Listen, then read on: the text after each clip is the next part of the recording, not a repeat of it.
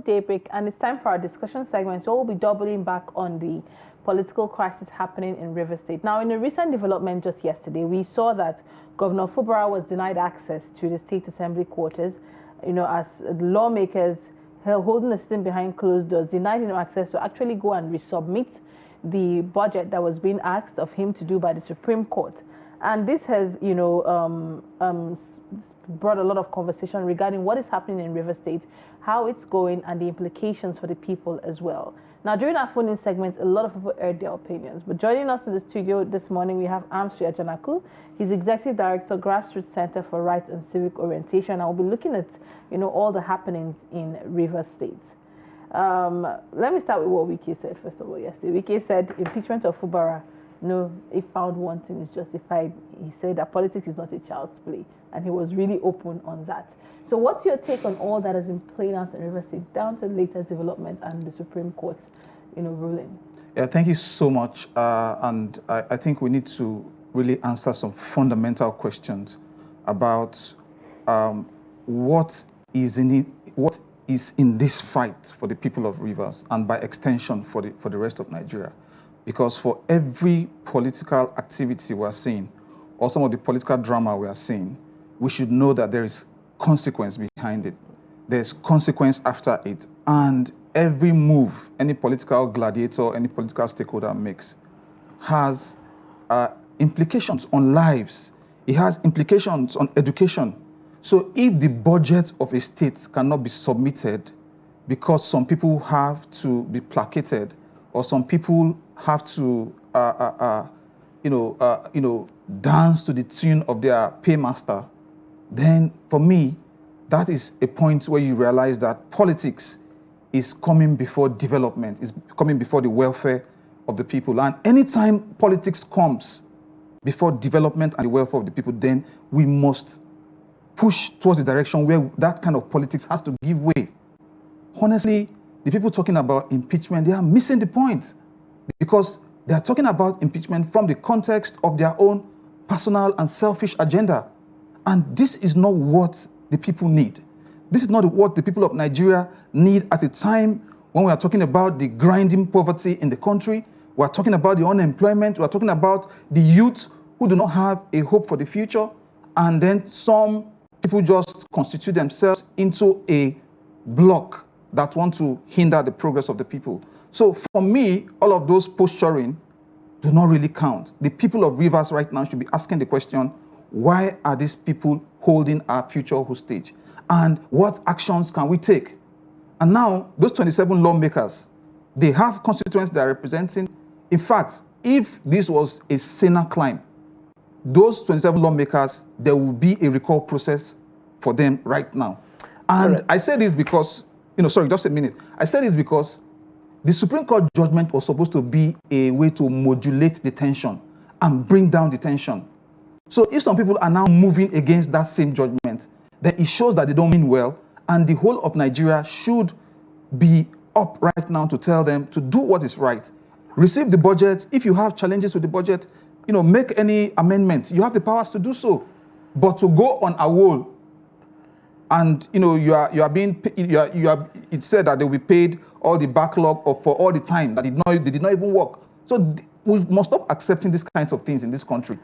You talked about the people of Rivers State asking what they need to do. Some of our callers during the phone-in interactions have expressed concerns about, like you rightly did in your opening remarks, about what becomes of Rivers State in the face of what's happening. There's a popular adage, African adage, that says an elder does not sit and watch goats give birth. Do you think the Rivers elders or the Rivers people have indicated sufficient interest, to end what's happening there? Or they basically have just folded their arms and watched these gladiators go to battle? Yeah, I think the people are as confused. And you see, in Nigerian politics, there's a lot of drama and a lot of intrigues that sometimes we get consumed in the drama. We get carried away by the drama. We are a very dramatic society, so we like the Nollywood kind of thing. I mean, you could see all the cameras yesterday focusing on the governor at the gates of the assembly and all of that. then the key question now has been relegated to the background. Because in that budget that was going to be presented is the funding for education, is the funding for healthcare, is the funding for hospitals. There are people who are sick, there are cancer patients, there are people with all kinds of that need help. And the earlier we begin to focus our political analysis on those issues and then hold the political gladiators accountable that for every moment you refuse to receive the budget after the apex court in the country has said, the budget should be represented. For every moment you fail to do that, you are mortgaging the future. And that should be the overarching conversation. Any other thing is secondary. Any other thing is immaterial. Because if there is an unemployed person in Rivers State that is waiting for that budget to be passed so that certain social amenities will be in place, such as power, roads, and things. And, you can see that these people really do not want the progress of the state and by extension, the progress of the country. Because Rivers State is one of Nigeria's treasure bays. And all of this drama that is happening is having an impact on governance. Some persons have argued that when crises endure, it is because leadership are interested in it. There have been political arguments around the president enjoying what's going on in Rivers State as something that sort of favor him going into 2027. It may appear the conversation is too early and premature, but do you think the president has shown sufficient commitment to resolve this impasse by inviting the parties together and seeking for a political solution that could put all of this to rest? I would say I don't think the president has shown that sufficient commitment beyond the polemics, beyond the the picture value, the photo ops. Beyond that, I would expect a president of tinubu's pedigree who has been a pro-democracy person before he became the president of Nigeria. He was in Nadeco. He was on exile. He knows what people power is about. And even if you want to play the politics of 2027, the politics of 2027 would have to do with the support of the people, so that you don't also get to a point in which you depend on a few people thinking that they can, sway the state for you, and then they don't have the support of the people on the ground. How do you win the support of the people in this kind of situation? Call the gladiators, call the FCT minister, and you've called the governor. Read the Riot Act to them, that in the face of your politics, governance cannot be put aside. Any kind of political process that removes governance, that puts governance in abeyance, or that grounds governance to a halt is no longer relevant in the scheme of things. Because if you play the politics at the end of the day and the people are not well off, and the people have lost, as a result of the politics you are playing, then what's the essence of the policies? That's why it said good politics is good policies. So if you do not even allow the environment for policies to thrive, for programs to be implemented, then what in God's name is the politics you are playing? So this is what is happening in Rivers. At this point now, what is the way forward? Because we had a caller who called in and said this is beyond a political settlement or what is on the news. Something needs to be done beyond just, having the Supreme Court coming out to speak, that it is beyond that. Probably a backdoor settlement needs to be made. But what's your take on the way forward? What kind of settlement should be looked into to put in a final stop to this, especially for the benefit of the people of Rivers? Yeah, I think the way forward would have to do with two things. Number one, the Supreme Court intervention, even though some of us don't like, because, the lawyers will tell us that, there's judicial precedence and all of that. But in the wisdom of the court, it's the highest court in the land. After that court, it is God you can only appeal to. Mm-hmm. If the court has decided that this is the direction and the governor is willing to implement that decision of the court, then any other person still trying to stand in the way of that implementation is someone that does not mean well. That's one. Number two is, like we talked about, how aware are the people? Because you can also see that this whole conflict is degenerating into an ethnic conflict And you could see from even the FCT minister saying yesterday, Ijaw people and all of that. If you are also getting to this point in a very fragile political and ethnic context where our politics is driven by identity, it is also a warning sign that you do not want to push the ethnic narrative to a point where you now have a breakdown of law and order over questions of ethnicity. So the way forward, I believe, is that all well-meaning Rivers people should prevail on the assembly. They should put pressure on them. Accept the budget. You now have been recognized as the assembly, even if the legal issues up to that point are not really convincing for some of us who know that if you defect, you have automatically lost your seat. And they were on video saying they are now members of the APC. I am saying this as a civil society actor, that the way forward is there should be pressure on the assembly to do what is right, accept the budget. If you want to critique the budget, or you even want to do violence within the budget, you have the powers to do that as an assembly. So, but to go on AWOL and hold the state hostage is not acceptable. And we must begin to call out all these kinds of shenanigans happening in Nigeria's politics. I like the choice of the word holding the state to hostage. But before I let you go, I'd like to get a perspective on the whole concept of godfatherism and how deep it has led us to this place. We have seen this played out in Kaduna.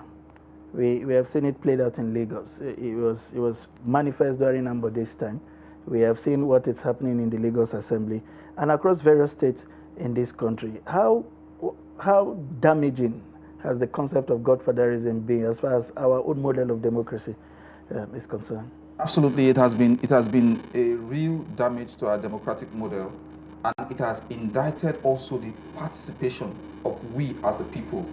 And then it has taken us to the whole concept of the funding and the administration of political parties, because at the heart of the crisis of godfatherism we see is the fact that there is not a diffusion of participation within the political arena. That is why one man can come into a political party and say he's buying form for everybody. That is the genesis of the crisis you're having today. One man felt he had the resources, and that's also because we don't also monitor campaign financing. And don't forget, this is also state resources that is being used. So the resources of the people is being used now to fight the people. So forms were purchased for people, and then some people now feel, oh, this is the man that, if that political party was such that everybody contributed a minimal, equal amount, there will still be some distribution of power within the political process. So to address that, you and I, the man on the street, has to participate in politics. And as you are going into a political party, even if it's 15 naira, you can contribute so that money bags or people who want to control the process will not hijack. And this is the ideal I'm talking about. But for every country to make progress, you must be ready to move from the ideal to creating a new reality. Our politics needs a new reality. And as people are jumping up and down now talking about 2027, these are the fundamental questions that we should be considering.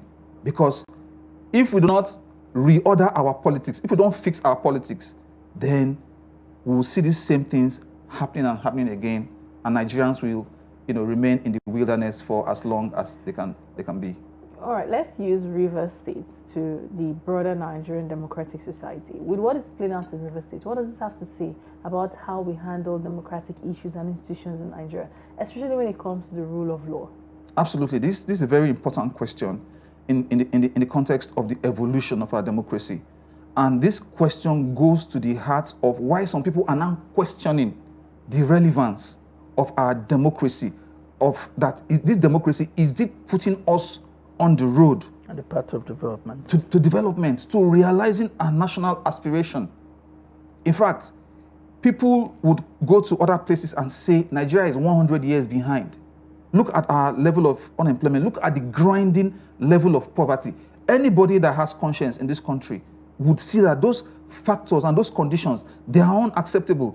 Yesterday, just in Gwarimpa here, I was just walking on the street. I parked the car, walking on the street. There were like 5 people that approached me, just asking for money to feed. That is how grinding the level of poverty is in Nigeria. And the politics we are playing has an impact on that.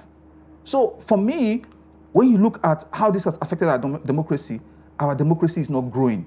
The people are not participating. And it's also reflecting in our electoral process. If you look at our electoral process today, there's a decline in participation because there is a disenchantment. People don't see themselves being represented by all these shenanigans you are seeing. And so they have switched off from the political process. Go to the different state elections that were organized recently. Even the 2023 elections, out of 83 million registered voters, how many people came out to vote in the end?